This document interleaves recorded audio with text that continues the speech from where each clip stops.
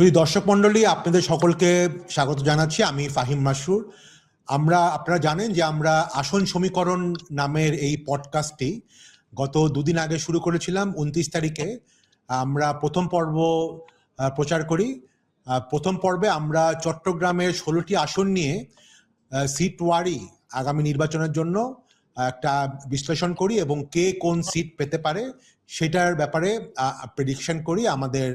আমি এবং আমার আরো দুই সহকর্মী আলোচক এবং বিশ্লেষক। আজকে আমরা রংপুর বিভাগের 6টি ডিস্ট্রিক্ট নিয়ে আমরা আজকে আলোচনা করব, বিশ্লেষণ করব এবং কে কোন আসন পেতে পারে সেই ব্যাপারে আমাদের পার্সোনাল প্রেডিকশন করব। আপনারা জানেন যে আমার সাথে উপস্থিত থাকেন আরো দুইজন বিশ্লেষক। আমি আবারও পরিচয় করিয়ে দিচ্ছি। রাজীব আহমদ, সমকালের সিনিয়র পলিটিক্যাল রিপোর্টার, উনি আছেন আমাদের সাথে, এবং জ্যোতি রহমান, উনি একজন অর্থনীতিবিদ এবং রাজনৈতিক বিশ্লেষক, কাউন্টার পয়েন্ট ম্যাগাজিনের এক্সিকিউটিভ এডিটর। উনি বর্তমানে অস্ট্রেলিয়া থেকে জয়েন করেছেন আমাদের সাথে। তো আমরা দেরি না করে, যেহেতু আজকে অনেকগুলো আমাদের আসন নিয়ে আমরা আলোচনা করব, আমরা শুরু করছি। তো প্রথমেই আমরা যেটা করব সেটা হচ্ছে এক একটা আসনের একটা সামারি দিব, হিস্টোরিক্যালি কে কত আসন পেয়েছিল, কোন দল আসন পেয়েছিল, কার ভোট শেয়ার হিস্টোরিক্যালি কিরকম। তারপরে আমরা ফিল্ড অ্যানালাইসিস করব এবং কে কোন আসন পেতে পারে সেটা সম্পর্কে আমাদের প্রেডিকশন দিব। তো আমি রংপুরে যাই। রংপুরের 1 নম্বর, রংপুর 1 আসন, এটা সম্পর্কে যদি আমরা একটু বলি ব্যাকগ্রাউন্ডটা। এই আসন মূলত জামাত ও জাতীয় পার্টি প্রতিদ্বন্দ্বিতা করে এবং 96 সালে সবসময় জাতীয় পার্টি আসলে এই আসনে জিতেছিল। আপনারা জানেন যে জাতীয় পার্টি আসলে পুরো রংপুর বেল্টেই যথেষ্ট স্ট্রং একটি পার্টি হিসেবে ছিল, কারণ এখানে হোসেন মোহাম্মদ এরশাদ তার নিজের বাড়ি। তো 2008 সালে নির্বাচন করে জামাত জোট প্রার্থী হয়ে মোহাম্মদ আবুল গনি, এবং সে দ্বিতীয় হয়। 96 সালে এই আসনে জামাত 21.4% মতো ভোট পায়। সেখানে বিএনপির প্রার্থী পেয়েছিল মাত্র 3%। আপনারা জানেন যে সেই সময় কিন্তু 91 এবং 96 সালে জামাত এবং বিএনপি দুজনই আলাদা করে নির্বাচন করেছিল। 2001 সালে আবার জামাতের প্রার্থী কিন্তু জোটের প্রার্থী হিসাবে মনোনয়ন পায় এবং 28% ভোট পায়, যদিও ইলেকশনে জিততে পারেনি। তো এই আসনে জাতীয় পার্টি যদিও স্ট্রং, কিন্তু জাতীয় পার্টির যে একজন ছিলেন উনি শেষ মুহূর্তে, যতদূর আমরা জানি ইলেকশন কমিশনের সোর্স অনুযায়ী, মঞ্জুম আলী, ওনার দ্বৈত নাগরিকত্ব ইস্যুতে প্রার্থীতা শেষ পর্যন্ত বাতিল হয়েছে। এই আসনে কিছু জনমত জরিপ হয়েছিল, একটি ফার্ম করেছে, সেখানে কিন্তু দেখা যাচ্ছে যে জামাত এগিয়ে আছে। আমি এই ব্যাকগ্রাউন্ডটা দিলাম। তো আমি এখন একটু রিকোয়েস্ট করব আমাদের যে বিশ্লেষকদের, শুরু করব রাজীব আহমদকে। রাজীব, আপনি এই আসন সম্পর্কে কতটুক ইনফরমেশন আপনার কাছে আছে বা আপনার পার্সোনাল প্রেডিকশনটা কি রংপুর 1? ধন্যবাদ। আমার কাছে মনে হচ্ছে আপনাদের যে হিসাব, সেই হিসাবটাই সঠিক, যে ফার্মের কথা বললেন। কারণ এখানে যিনি আঞ্জুম আলী, উনি যদি নির্বাচনে থাকতেন, উনি বেসিক্যালি আওয়ামী লীগে ছিলেন, আওয়ামী লীগ থেকে জাতীয় পার্টিতে এসেছেন, এসে নমিনেশন পেয়েছিলেন। তো বিএনপি প্রার্থীর আপিলের কারণে উনার মনোনয়নপত্র বাতিল হয়ে যায়, প্রার্থীতা বাতিল হয়ে যায়। সেই কারণে আমি আজকে যে খোঁজ নিলাম, জাতীয় পার্টির প্রার্থীকে যারা ভোট দিতে পারেন বলে মনে করা হচ্ছিল, তাদের একটা বড় অংশ শেষ পর্যন্ত জামায়াতের প্রার্থীকে ভোট দিতে পারেন। আর এই জায়গায় যদি এটা ত্রিমুখী লড়াই হতো, সেক্ষেত্রেও জামায়াতের জয়ের সম্ভাবনা বেশি ছিল এই আসনটিতে। তো এখন মনে হচ্ছে যে জামাত এই আসনটিতে সহজ জয় পাবে, কারণ এই এলাকাতে, গঙ্গাচড়া এলাকায় বিএনপি খুবই ঐতিহাসিকভাবে দুর্বল। এই জায়গায় তার সাংগঠনিক অবস্থান দুর্বল। তবে 5 আগস্টের পরে অনেক উন্নতি হয়েছে, কিন্তু এখনো জয়ের পর্যায়ে যায়নি বলে আমি মনে করি। ধন্যবাদ রাজীব। জ্যোতি, আপনার কমেন্ট চাচ্ছি এবং প্রেডিকশন। তো আমি জাস্ট হিস্টোরিক্যালি এটা বলি আর কি, যে দিস ইজ ভেরি মাচ আপনার এরশাদ হিস্টোরিক্যালি। হ্যাঁ, তো সেই জন্য এখানে বিএনপির অর্গানাইজেশন কোনোদিনও ছিল না। আমরা যেরকম গতবার চিটাগংয়ে আমরা যেটা দেখেছিলাম যে স্ট্রং বিএনপি বেল্ট, যেখানে জামাতের অর্গানাইজেশন ছিল না, জামাত হয়তো কোথাও 25-30% ভোট পেলেই সেটা তাদের বিশাল অর্জন হতো। এখানে জিনিসটা হচ্ছে রিভার্স। তো এখানে আমার মনে হয় যে জামাতই জিতবে, জামাতের না জেতার কোনো কারণ নেই। বিএনপি হয়তো 15-20% পর্যন্ত যদি ভোট তুলতে পারে, দ্যাট উড বি ওকে, তাহলে যেটা বোঝা যাচ্ছে আপনারা দুজনেই প্রেডিক্ট করছেন এই আসনে রংপুর 1 আসনে জামাত হয়তো জিততে যাচ্ছে। আমিও ব্যক্তিগতভাবে মনে করি যে যেহেতু হিস্টোরিক্যালি বিএনপির এখানে বেসটা খুব স্ট্রং না, এবং জামাত অলরেডি বেশ কয়েকবার এখানে জোটের প্রার্থী, জোটের মনোনীত প্রার্থী হিসাবেই কম্পিট করেছে, এবং তাদের হিস্টোরিক্যাল একটা ভোট বেসও আছে এখানে। আমিও মনে করছি যে এই আসনটা হয়তো জামাতই পাবে। তো আমার মনে হয় আমরা তিনজনই অ্যাটলিস্ট এই প্রেডিকশন করছি এই রংপুর 1 জামাত পেতে যাচ্ছে। তো আমরা খুব কুইকলি তাহলে আমরা রংপুর 2-এ চলে যাই। রংপুর 2, ওকে, রংপুর 2-এ যদি দেখেন এইটা আসলে বেশ একটু হেভিওয়েট প্রার্থীদের একটি আসন। প্রথমত যদি বলি জামাতের এখানে আজহারুল ইসলাম, উনি জামাতের হেভিওয়েট ক্যান্ডিডেট, কারণ উনি এখন জামাতের বর্তমান আমির, এবং তিনি এই আসনে আগে 3বার প্রতিদ্বন্দ্বিতা করেছিলেন। এবং এটিএম আজহারুল ইসলাম সম্পর্কে আপনারা অনেকেই জানেন যে উনি মোস্ট প্রবলি ফাঁসির আসামি হয়েছিলেন আইসিটি ট্রাইব্যুনালে, এবং 5ই আগস্টের পরে আপিলের মাধ্যমে উনি বের হয়ে আসেন, এবং জামাতের খুব মানে আগে উনি জেলে যাওয়ার আগে সেক্রেটারি জেনারেল ছিলেন জামাতের, এবং মোটামুটি খুবই ইনফ্লুয়েন্সিয়াল নেতা। তো উনি এই আসনে জামাতের পক্ষে প্রতিদ্বন্দ্বিতা করছে। বিএনপির প্রার্থী মোহাম্মদ আলী সরকার জাতীয় পার্টি থেকে নির্বাচিত হয়েছিল 2001 সালে। পরে তিনি 2008 সালে বিএনপিতে যোগ দেন এবং নির্বাচনও করেন তখনকার ঐক্যজোটের প্রার্থী হিসাবে। তো তিনিও একজন হেভিওয়েট প্রার্থী, কারণ অলরেডি উনি একবার নির্বাচিত হয়েছিলেন। জাতীয় পার্টির আনিসুল ইসলাম মন্ডল 2008 সালে 75% ভোট নিয়ে নির্বাচিত হয়েছিলেন। আপনারা জানেন যে তখন আওয়ামী লীগের সাথেই মোস্ট প্রবলি তারা জোট না করলেও সমর্থন তারা পেয়েছিলেন। তো সেই সময় এটিএম আজহারুল জামাত থেকে দ্বিতীয় হয়, এবং মোহাম্মদ আলী সরকার তখন বিএনপি থেকে নমিনেশন পায়নি, কিন্তু উনি স্বতন্ত্র হিসাবে নির্বাচন করে তৃতীয় হয়। তো বোঝা যাচ্ছে যে এই আসনে যারা আছেন তারা সবাই মোটামুটি যথেষ্ট হেভিওয়েট, এবং ত্রিমুখী প্রতিদ্বন্দ্বিতা হয় বলে মনে হচ্ছে। তো রাজীব, আপনার কি মনে হয়? ধন্যবাদ। এই আসন তারাগঞ্জ বদরগঞ্জ, এই এলাকায় আমি অনেকবার গিয়েছি। তারাগঞ্জ বদরগঞ্জে আনিস ইসলাম মন্ডল, যিনি জাতীয় পার্টির, একসময় ওনার ব্যক্তিগত, উনি যেহেতু শিল্পপতি, ওনার ব্যক্তিগতভাবে খুবই একটা শক্ত অবস্থান ছিল। কিন্তু গত 12-13 বছরে জাতীয় পার্টি ওই এলাকায় সাংগঠনিকভাবে খুবই দুর্বল হয়ে গিয়েছে। তো এবার নির্বাচনটা হবে বিএনপি এবং জামাতের মধ্যে। জাতীয় পার্টি এখানে তৃতীয় শক্তি, নির্বাচনে জিতবে না, কিন্তু জাতীয় পার্টির ভোট কাটার উপর নির্ভর করবে কে জিতবে কে হারবে। জাতীয় পার্টি যত বেশি সংখ্যক ভোট পাবে জামায়াতের যাওয়ার সম্ভাবনা তত বাড়বে। কারণ আওয়ামী লীগ এবং জাতীয় পার্টি গত 1.5 বছরের যে রাজনীতির কারণে আপনার জাতীয় পার্টির নেতাকর্মীরা ডিপ্রাইভ ফিল করছেন। এর জন্য তারা বেসিক্যালি ইউনূস সরকার, এনসিপি এবং জামায়াতকে শত্রু মনে করেন তারা। তো ন্যাচারালি তাদের ভোট জামায়াতের দিকে যাওয়ার কথা না। তো জাতীয় পার্টি এই নির্বাচনে থাকার কারণে জাতীয় পার্টির ভোটগুলো বিএনপির দিকেও যাচ্ছে না। আবার দুইটি দলই বাংলাদেশ সেই জাতীয়তাবাদে বিশ্বাস করে, সুতরাং তারা একজনের ভোট আরেক জায়গায় ট্রান্সফার হওয়া ইজি ছিল। কিন্তু মন্ডল এই নির্বাচনে থাকার কারণে আমার মনে হচ্ছে এটিএম আজহার এই নির্বাচনটা জিতবে।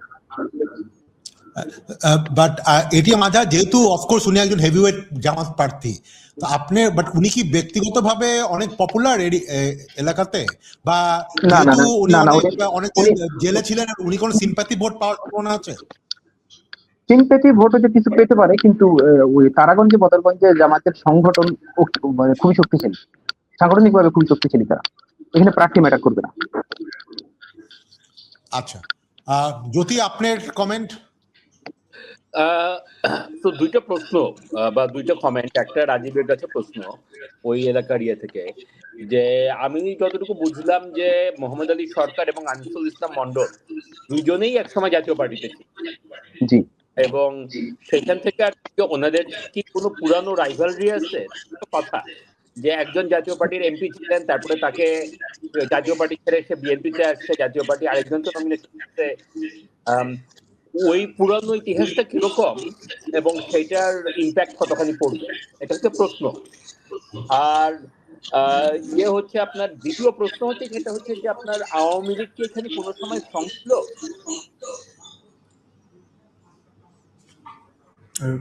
মাইক অন করে দিবেন। ধন্যবাদ। সে কখনোই খুব বেশি স্ট্রং ছিল না, কিন্তু 2018, 2024, 2014 এই 3টা নির্বাচনে আওয়ামী লীগ জিতেছে, কিন্তু এই ডেটারে বিশ্বাস করা তো মুশকিল। তো আওয়ামী লীগ সাংগঠনিক ভাবে অবস্থা ভালোই ছিল, একেবারে খারাপ ছিল তা না, কিন্তু 5 আগস্টের পর এটা একেবারে মানে ওভারনাইট তাসের ঘরের মতো ভেঙে পড়েছে। মানে এটা যত ক্ষমতায় থাকার কারণে যেভাবে দ্রুত উত্থান হয়েছিল, ঠিক সেভাবেই অবিশ্বাস্য পতন হয়েছে। তো মোহাম্মদ আলীর বিষয়টা হচ্ছে যে জাতীয় পার্টি থেকে এরশাদ সাহেব একটা কাজ করতেন, কোথা থেকে কারা এনে কখন নমিনেশন দিবে এই গ্যারান্টি কেউ দিতে পারে না। এই কারণে জাতীয় পার্টির লোকজন অনেকেই আপনার পার্টি ছেড়েছিল। আনিসুল ইসলাম মন্ডল বেসিক্যালি কিন্তু উনি পলিটিক্যাল ক্যারেক্টার না, উনি একজন শিল্পপতি। উনি রাজনীতি করতেন না, 2008-এর নির্বাচনের আগে জাতীয় পার্টিতে জয়েন করে নমিনেশন পেয়ে গেছেন, এবং এই কারণেই মোহাম্মদ আলী সরকার জাতীয় পার্টি ছাড়লো। তারপরে আবার পরবর্তী সময়ে আনিস ইসলাম মন্ডল অনেকদিন রাজনীতিতে ওইভাবে অ্যাক্টিভ ছিলেন না, এখন উনি আবার ফিরেছেন। তো উনি শিল্পপতি হিসাবে এলাকায় কর্মসংস্থান তৈরি করাতে, মানুষজনকে সাহায্য সহযোগিতা করার কারণে ওনার গুডউইল আছে। ওকে, তাহলে রাজীব, আপনার প্রেডিকশন হচ্ছে এখানে আজহার ইসলাম জিতার সম্ভাবনাই বেশি? এটি আমাদের ওকে, জ্যোতি, আপনি কি আপনার প্রেডিকশন জানাবেন? আমারও মনে হচ্ছে যে গিভেন 3-way ফাইট এবং জামাতের ভোট ইউনাইটেড থাকবে, অ্যান্টি জামাত ভোট দুই ভাগে ভাগ হয়ে যাবে। তো ওই হিসেবে, এবং যেহেতু আমাদের সেরকম মানে রাজীব বললেন যে এরকম অত স্ট্রং হতে ছিল না, তো সব মিলে আমার মনে হয় যে জামাত আজহার সাহেব জেতার কথা। ওকে, ফাইন, আমরা দুইটা প্রেডিকশন পেলাম। আমার ব্যক্তিগত মনে হয় যে অফকোর্স এটা 3-way ফাইট হবে, খুব কোনোভাবেই সহজ ফাইট হবে না। কিন্তু জামাত যেহেতু এখানে আজহারুল ইসলাম নিজেই একজন বেশ জামাতের মানে হয়তো প্রথম 3-4 জন নেতার মধ্যে একজন, তো জামাত হয়তো তার সর্বোচ্চ সাংগঠনিক ক্ষমতা এখানে দেখানোর চেষ্টা করবে, এবং কোনোভাবেই হয়তো সেটা তার জন্য ডিফিকাল্ট, মানে খুবই ফেস সেভিং হবে না যদি এটা কোনোভাবে হারে। আমিও মনে করছি যে মানে ত্রিমুখী ফাইট হলেও এখানে জামাত হয়তো বেরিয়ে আসবে। তো আমরা মনে 3 জনই তাহলে একমত হচ্ছে এই জায়গায় যে আজহারুল ইসলামের ব্যাপারে। তো আমরা তাহলে আমরা ক্লোজ করি। আমরা যদি এখন একটু রংপুর 3-এ যাই, রংপুর 3 আসলে একটা সদর উপজেলা আসলে। তো আমরা এখানে যদি দেখি যে শামসুজ্জামান সামু মহানগর বিএনপির আহ্বায়ক, উনি বিএনপির হয়ে দাঁড়াচ্ছেন।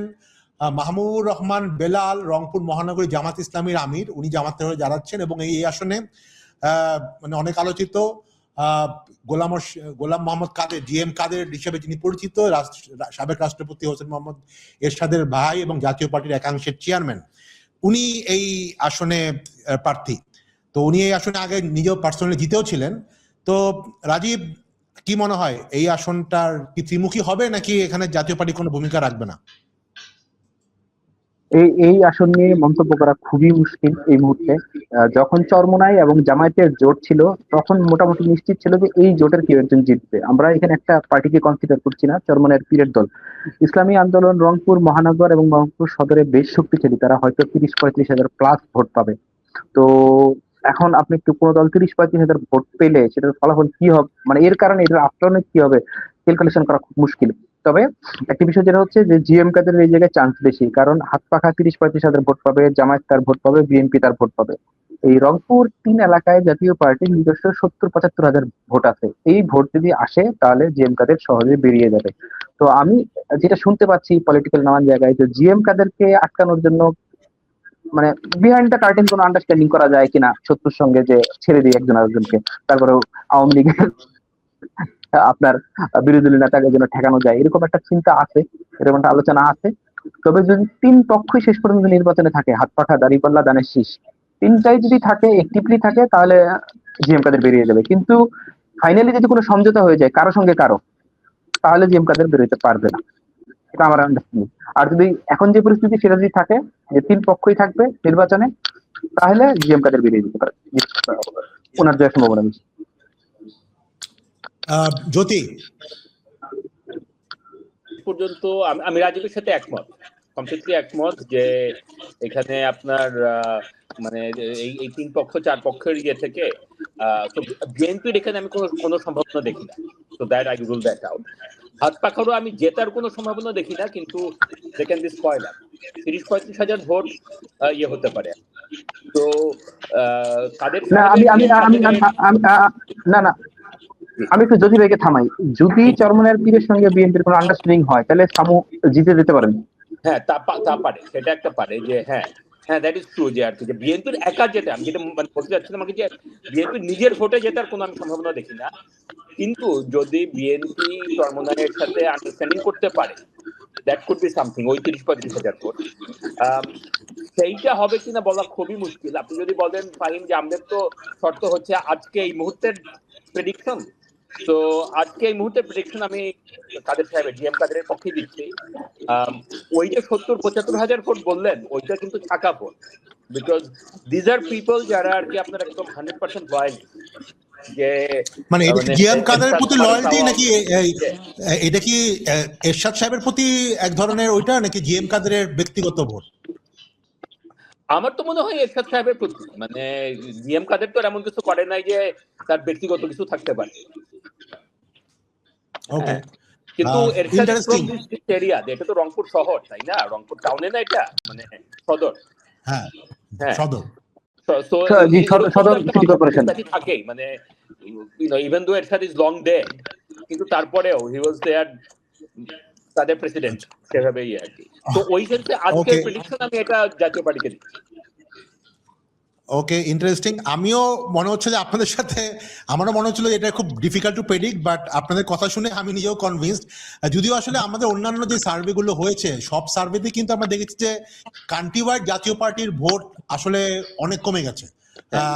বাট হয়তো দু একটা পকেট থাকতে পারে যেখানে আসলে জাতীয় পার্টির এখনো একটা হিস্টোরিক্যাল লয়াল বেজ আছে, ইমোশনাল লয়াল বেজ আছে, অ্যান্ড প্রবাবলি রংপুর 3 হয়তো সেরকমই একটা জায়গা।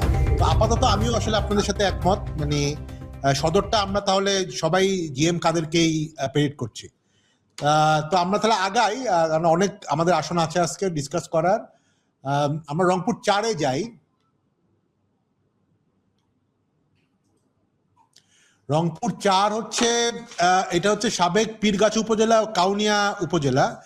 এই আসনটা আসলে অনেক আলোচিত, বিকজ এই আসনে এনসিপি সদস্য সচিব আখতার হোসেন নিজে প্রার্থী হয়েছেন, এবং আমরা জানি যে আখতার হোসেন সেন্ট্রালি খুব ইম্পর্টেন্ট একজন নেতা এনসিপির, এবং জামাত এনসিপির যে জোট হয়েছে সেখানে অফকোর্স সবার এক্সপেকটেশন অনুযায়ী জামাত এই আসন ছেড়ে দিয়েছে, যদিও জামাত এই আসনে মোটামুটি ভালোই স্ট্রং ছিল।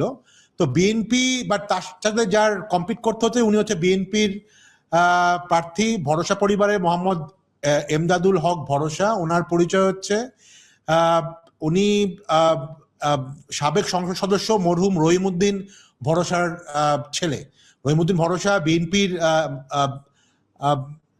সিনিয়র নেতা ছিলেন, কিন্তু এই আসনে আবার সবসময় ভরসা পরিবারের এতই ইনফ্লুয়েন্স যে এক ভাই আরেক ভাইয়ের সাথে আসলে কম্পিট করেছে। মানে করিমউদ্দিন ভরসা জাতীয় পার্টি থেকে একাধিকবার নির্বাচন করেছে, নির্বাচিত হয়েছে, বাট করিমউদ্দিন ভরসার এগেইনস্টে কিন্তু তার ভাই রহিমউদ্দিন ভরসা নিজে কম্পিটও করেছে। তো এমদাদুল হক ভরসা সেই ভরসা পরিবারেরই ছেলে। তো এখানে কি আসলে এনসিপি আর ভরসা পরিবারের মধ্যে আসলে মোস্ট প্রবলি ফাইট হবে, যত না বেশি মানে বিএনপির সাথে ফাইট। তো রাজীব, আপনার কাছে কোনো ট্রেন্ড আছে লোকাল লেভেলের আক্তার কটটুক করছে? ধন্যবাদ। এই আসনটাতে নির্বাচন হচ্ছে আসলে এই জামাত জোট বনাম ভরসা পরিবার। এখানে বিএনপি বা জাতীয় পার্টি ম্যাটার করে না। আগে যেহেতু দুই ভরসা ভাগ হয়ে থাকতেন জাতীয় পার্টি বিএনপিতে, সেই কারণে মাঝখান দিয়ে টিপু মুন্সি 2বার এমপি হয়ে গেছে আওয়ামী লীগের। টিপু মুন্সি একবার, 2 ভাইয়ের ভাগের কারণে। তো এইবার তো ভরসা পরিবার বিভক্ত না, এবার ভরসা পরিবার ইউনাইটেড। তো আমি বলবো যে ওইখানকার ভরসা পরিবারের বিরুদ্ধে কোন রকম কোনো স্ক্যান্ডাল নেই, এক্সটর্শন, চাঁদাবাজি বা কোন রকম কোনো অভিযোগ নেই। ওনারা অত্যন্ত সম্ভ্রান্ত এবং দাতা পরিবার হিসেবে পরিচিত। তো আক্তার নতুন ফ্রেজ, আক্তারকে নিয়ে ক্রেজ আছে, এটা আমি মানি। কিন্তু আমি এখানে দেখতেছি ভরসা পরিবার, এমদাদ ভরসা। জ্যোতি, আপনার প্রেডিকশন? হবে, হ্যাঁ ঠিক আছে, হ্যাঁ আচ্ছা। তো এখানে একভাবে বলা যায় যে আসলে এটা নতুন বন্দোবস্ত পুরনো বন্দোবস্তের লড়াই। আমার মনে হয় যে পুরনো বন্দোবস্তই জিতবে। রাজীব যেটা বললেন যে ভরসা ফ্যামিলি মানে তাদের কিন্তু কোনো স্ক্যান্ডাল নাই বা কোনো এরকম যে আপনার দখল টাইপের কোনো অভিযোগ নাই, এবং থেকে আর কি আপনার যে আক্তার এমন as far as I understand আর কি যে গ্রাউন্ড লেভেল এখন এমন কোন রকমের ডেট আছে না যে মানে ভরসা দিতে পারে। তো আমার মনে হয় যে এটা ভরসা মানে তাহলে আমরা দুইটা প্রেডিকশন পেলাম। আমি অবশ্য ব্যক্তিগতভাবে মনে করি যে এখানে আক্তারের সম্ভাবনা বেশি।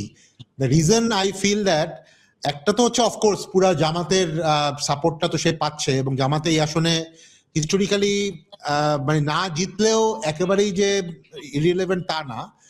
আরেকটা হচ্ছে আক্তার হোসেনের যে ন্যাশনাল প্রোফাইল বা ন্যাশনাল ইমেজ, এবং পার্টিকুলারলি জুলাই আন্দোলনের সময় এবং তার পরবর্তী সময়ে, সেটাকে তাকে একটা আলাদা এজ দিবে। হ্যাঁ, বাট যদি ইউ আর অ্যাবসলিউটলি রাইট, হয়তো পুরান বন্দোবস্ত আর নতুন বন্দোবস্ত একটা ফাইট হবে। তো আমরা অন্য জায়গায়ও যেটা দেখেছি যে কিছু ভাই আমি একটু যোগ করতে চাই, একটা জিনিস যোগ করতে চাই, সেটা হচ্ছে যে ভরসা পরিবারের যেমন ক্লিন ইমেজ আছে, তার শিল্পপতি ভরসা পরিবারের ক্লিন ইমেজ আছে, তো রাজনীতির মাঠে এই মুহূর্তে সব মানে যাদের সবচেয়ে বেশি ক্লিন ইমেজ তাদের মধ্যে কিন্তু আক্তারও একজন। হ্যাঁ, সে খুব ডাউন টু আর্থ মানুষ, মানুষের সঙ্গে মিশতে পারে। এবং এনসিপির অনেক নেতার বিরুদ্ধে হয়তো অনেক ধরনের অভিযোগ থাকলেও আমার মনে হয় আক্তারের ব্যাপারে কারো কোনো অভিযোগ সোফার দেখা যায়নি, এবং মিডিয়াও তার কোনো অভিযোগ নেই। তা আমি বলতেছি কিন্তু লড়াই কিন্তু এটা মানে একতরফা হবে না, খুব শক্ত লড়াই হবে, এবং এই শক্ত লড়াই আমি ভরসাকে এগিয়ে রাখছি। ওকে, ফাইন, ফেয়ার এনাফ। তাহলে আমি জ্যোতি আর সরি জ্যোতির লাইনটা একটু অন করো। আচ্ছা, তো রাজীব এখানে আমার একটা প্রশ্ন আছে, এটা আপনি ভরসা ফ্যামিলিতে কিন্তু আগে যখন এই রহিম ভরসার করিম ভরসার ফাইট হতো, ওইটা কিন্তু আসলে দুই ভাইয়ের ফাইট হতো, ওটা কিন্তু জাতীয় পার্টি কোন আইডিওলজিক্যাল ছিল না। তো এখন কি মানে ফ্যামিলি ইউনাইটেড? হ্যাঁ, এবার ফ্যামিলি ইউনাইটেড, এবার ফ্যামিলি ইউনাইটেড। আচ্ছা, ওকে but Jyoti, do you want to stick to Akhtar or sorry Bharosha, or you want to change to Akhtar? No, I think I'm going to stick with Bharosha. তারা as I understand তারা খুবই বিপক্ষই hard campaign করছে। তো আমার মনে হয় যে এখনো পর্যন্ত ভরসাই এগিয়ে আছে। ওকে, ওকে ফাইন। তাহলে আমি এটাতে আসলে আক্তারকে এগিয়ে রাখছি, আপনারা দুজন ভরসাকে এগিয়ে রাখছেন। তো আমার মনে হয় এই আসলে আমাদের প্রেডিকশনটা একটু ডিফারেন্ট হচ্ছে, দ্যাট ইজ ফাইন। আমাদের সব প্রেডিকশন যে এক হতে হবে এমন কোনো কথা নেই। ডিফারেন্স হলেই তো ইন্টারেস্টিং, তাইলে পরে আমরা পরে ইলেকশনের রাতে চেক করতে পারবো যেরকম যে ওটা বলছিলেন ভাই। হ্যাঁ, ওকে, তাহলে আমরা পরেরটাতে যাচ্ছি। আমরা রংপুর 5-এ যাই। রংপুর 5 হচ্ছে মিঠাপুকুর উপজেলা। এই আসনের যদি আমি একটু সামারি বলি, এই আসনে জামাত 91 সালে 18% ভোট পেয়েছিল, 96 সালে 14.5% ভোট পেয়েছিল। এই আসনে বিএনপি কখনো আসলে 2%-এর বেশি ভোট পায়নি। হ্যাঁ, 91 বা 96 সালেও। জাতীয় পার্টি এবং আওয়ামী লীগ এই আসনে মেইন প্রতিদ্বন্দ্বিতা করে সবসময়। এখন এই আসনে এইবার জামাতের পক্ষ থেকে গোলাম রব্বানী, উনি রংপুর জেলা আমির এবং উনি সাবেক উপজেলা চেয়ারম্যানও নির্বাচিত হয়েছিল 2018 সালে। অতএব উনি অলরেডি ফিল্ডে আছেন বেশ কয়েক বছর ধরে, আর জামাতেরও এখানে হিস্টোরিক্যাল একটা বেজ আছে। তো যদিও এখানে জাতীয় পার্টি বা আওয়ামী লীগের ভোটই আসলে হয়তো ডিফাইন করবে। তো রাজীব, আপনার কি মনে করছেন মিঠাপুকুর? উত্তরবঙ্গে যদি জামাত একটা আসন জিতে তাহলে সেটা মিঠাপুকুর হবে, কারণ এই জায়গার যে ক্যান্ডিডেট গোলাম রব্বানির সঙ্গে আওয়ামী লীগ সময়ে এই পরিমাণ নির্যাতন তার উপরে হয়েছে এবং তার সঙ্গে এই পরিমাণ মানে অবিচার হয়েছে, উনি মোটামুটি এলাকায় একটা মজলুমের মানে উনি একজন জিন্দা শহীদ, মজলুম হয়ে গেছেন এলাকায়। সবাই জানে যে উনি একজন মজলুম নেতা, এবং উনি কোনো প্রকার নথি স্বীকার না করে বছরের পর মাসের পর মাস জেল টেল কেটে, ওনার সবচেয়ে ইন্টারেস্টিং ঘটনা হচ্ছে উনি একজন উপজেলা চেয়ারম্যান হওয়ার পরে আওয়ামী লীগ তাকে 5 বছর একদিন চেয়ারে বসতে দেয়নি, কখনো এই মামলায় জেলে রাখতে, কখনো ওই মামলায় জেলে রাখতে, শপথ পর্যন্ত নিতে দেয় নাই কোর্ট অর্ডার দেওয়ার পরেও। 2018 সালে তাকে নির্বাচনে তার মনোনয়নপত্র জমা দিতে গেছে, রিটার্নিং অফিসার অফিস তালা লাগায় চলে গেছে। ফাইনালি তার কোর্ট দিয়ে অযোগ্য ঘোষণা করে তারা নির্বাচন করতে দেয়নি। তো আমি ওই এলাকায় গিয়েছি, ওই এলাকার যে 15টা ইউনিয়ন ছিল, সেই 15টা ইউনিয়নের মধ্যে আওয়ামী লীগের সময়ও জামাত 10টা 11টায় জিতেছে। তো ওই এলাকাটা কমপ্লিটলি ডিফারেন্ট। এটা মনে হয় আমরা সামনের দিকে আগাইতে পারি। গোলাম রব্বানী খুবই জনপ্রিয়, মানে জামাতের গোলাম রব্বানী, বিএনপির কিন্তু মোহাম্মদ গোলাম রব্বানী। আপনার এটাতে কোনো সন্দেহই নেই। ওকে, গুড। না, আমার এটা নিয়ে কোনো সন্দেহ নেই। আচ্ছা, জ্যোতি? I agree. ইনি 18 সালে আওয়ামী লীগের এগেইনস্টে উপজেলা চেয়ারম্যান হয়ে আসতে পারছে, তাই না? কাজে এবং এখানে বিএনপি কোনো সময় 2% বেশি ভোট পায় নাই। তো আনলেস মানে আপনার ওইখানে ম্যাসিভ কোনো ঘটনা ঘটে, যেটা কোনো কারণ দেখা যাচ্ছে না, জামাত জিতবে এটাতে। কিন্তু রাজীব, একটা প্রশ্ন, এখানে কিন্তু জাতীয় পার্টির একজন প্রার্থী আছেন, ফখরুজ্জামান, ওনার কি কোনো মানে তেমন পরিচিতি আছে? 2008 সালেও খুব ভালো ভোট পেয়েছিলেন, কিন্তু ফখরুজ্জামান জাতীয় পার্টি পরবর্তী সময়ে এই ন্যাশনাল পলিটিক্সে একবার এদিকে একবার সেদিকে করে করে লোকাল সংগঠন নষ্ট হয়ে গেছে। ওনারা আর লোকাল গভর্নমেন্ট ইলেকশনেও আপনার পৌরসভা বলেন, ইউনিয়ন বলেন, কোথাও থার্ডও হইতে পারে না এই পরিস্থিতি। তো ন্যাশনাল ইলেকশনে হুট করে অনেক ভালো করে ফেলবে এই সম্ভাবনা আমি দেখি না। ওকে, তাহলে আমিও এটাতে আসলে মনে করি যে এটার আমাদের যথেষ্ট স্ট্রং পসিবিলিটি আছে, কেননা উনি নিজে আসলে গ্রাসরুট থেকে উঠে এসছেন। তো তাহলে আমরা বোধহয় তিনজনই এই রংপুর 5-এ জামাতকে এগিয়ে রাখছি। আওয়ার প্রেডিকশন ইজ রংপুর 5-এ জামাত, তিনজনের কমন প্রেডিকশন। রংপুরের শেষ আসন আমরা যদি আসি এখানে, রংপুর 6 আমরা যদি স্ক্রিনে আনি, পীরগঞ্জ উপজেলা। এই আসনটা ভেরি ইন্টারেস্টিং। এই আসনে জাতীয় পার্টি এবং আওয়ামী লীগের মধ্যে সবসময় প্রতিদ্বন্দ্বিতা হয়। বিএনপি এই আসনে মনোনয়ন পেয়েছে, বিএনপি থেকে বিএনপির আহ্বায়ক সাইফুল ইসলাম। জামাত এই আসনে যদিও সবসময় থাকে, কিন্তু অনেক যে ভোট বেস তা না। 91 সালে 11% এবং 96 সালে 6.5%।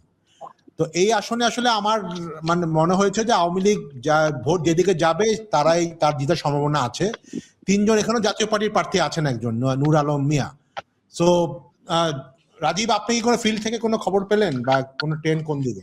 আচ্ছা, এই আমি আপনাদের একটা জিনিস মনে করে দিই, এই আসনটা একটা ঐতিহাসিক আসন। 2001 সালে নির্বাচনে এই আসনে তৎকালীন প্রধানমন্ত্রী শেখ হাসিনা, মানে সদ্য সাবেক প্রধানমন্ত্রী শেখ হাসিনা হেরে গিয়েছিলেন জাতীয় পার্টির এক আঞ্চলিক নেতা নূর মোহাম্মদ মন্ডলের কাছে। তো নূর মোহাম্মদ মন্ডল পরবর্তী সময়ে বিএনপিতে জয়েন করেন, পরে আবার কিছুদিন পরে বিএনপি ছেড়ে বিএনপি থেকে ইলেকশন করতেন, শেখ হাসিনার বিরুদ্ধে ভালো ভোট পেয়েছেন পরের বার। তারপরে উনি আবার বিএনপি ছেড়ে আওয়ামী লীগে গিয়েছেন। তো আওয়ামী লীগে গিয়ে উনি আওয়ামী লীগ থেকে উপজেলা চেয়ারম্যান হয়েছেন। উনি ওই জায়গায় মোটামুটি, যেহেতু স্পিকার শিরিন শারমিন চৌধুরী এলাকার এমপি ছিলেন, তো উনি আবার ওই এলাকার ডেমে এমপি ছিলেন। উনি আবার এবার জাতীয় পার্টিতে জয়েন করছেন। তো জাতীয় পার্টি যদি নূর মোহাম্মদ মন্ডলকে নমিনেশন দিত, তাহলে ইলেকশনটা একটা শক্ত লড়াই হইতে পারতো। তো জাতীয় পার্টি লড়াই থাকতো, কিন্তু জাতীয় পার্টি যাকে দিচ্ছে নূর আলী, উনি উনি কম্পিটেন্ট, বলবো যে ওই অর্থে উনি প্রতিযোগিতায় নাই। তো প্রতিযোগিতাটা হবে বিএনপি এবং জামায়াতের মধ্যে। এখন আমি বোঝার চেষ্টা করতেছি যে ওই বিখ্যাত নূর মোহাম্মদ মন্ডল কোন দিকে যাবে, নুরু মন্ডল সংক্ষেপে, সে কোন দিকে যাবে। তো এখন পর্যন্ত যতটুকু শুনতে পাচ্ছি যে উনি জামাতকে সাপোর্ট করতেছেন, জামাতের প্রার্থীকে জামাতে জয়েন করেননি। উনি প্রথমে বললাম তো জাতীয় পার্টি করছে, তারপরে বিএনপি, তারপরে আওয়ামী লীগ, তারপরে আবার জাতীয় পার্টিতে ফিরতে, জাতীয় পার্টিতে নমিনেশন না পেয়ে উনি আপাতত বেকার অবস্থায় আছেন।